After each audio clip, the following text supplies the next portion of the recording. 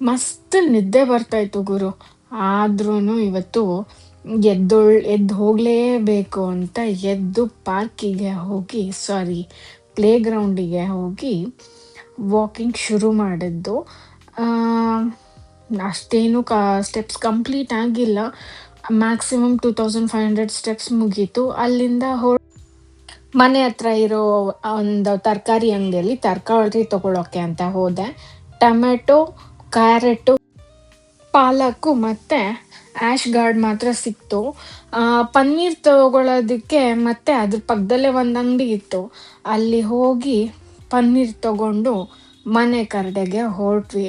ಮನೆಗೆ ಹೋಗಿ weight check ಮಾಡಿದರೆ it was really unbelievable. But still it's okay.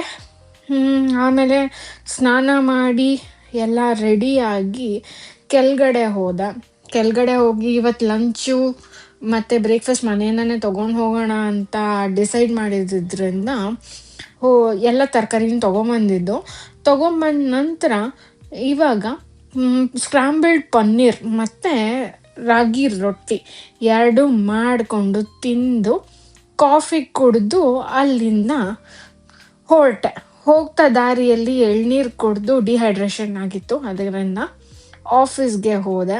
ಆಫೀಸಲ್ಲಿ ಒಂದು ಸ್ವಲ್ಪ ಕೆಲಸ ಮಾಡಿ ಅಷ್ಟರಲ್ಲಿ ಮಧ್ಯಾಹ್ನ ಟೈಮ್ ಆಗಿತ್ತು. ಮಧ್ಯಾಹ್ನಕ್ಕೆ ಮಾಡ್ಕೊಂಡು ಬಂದಿದ್ದು ದಾಲ್ ಫ್ರೈ, ರೈಸ್ ಮತ್ತು ಸಲಾಡ್ ತಿಂದು ಮತ್ತೆ ಕೆಲಸ ಮಾಡಿ ಮನೆ ಕಡೆಗೆ ಹೊರಟೆ.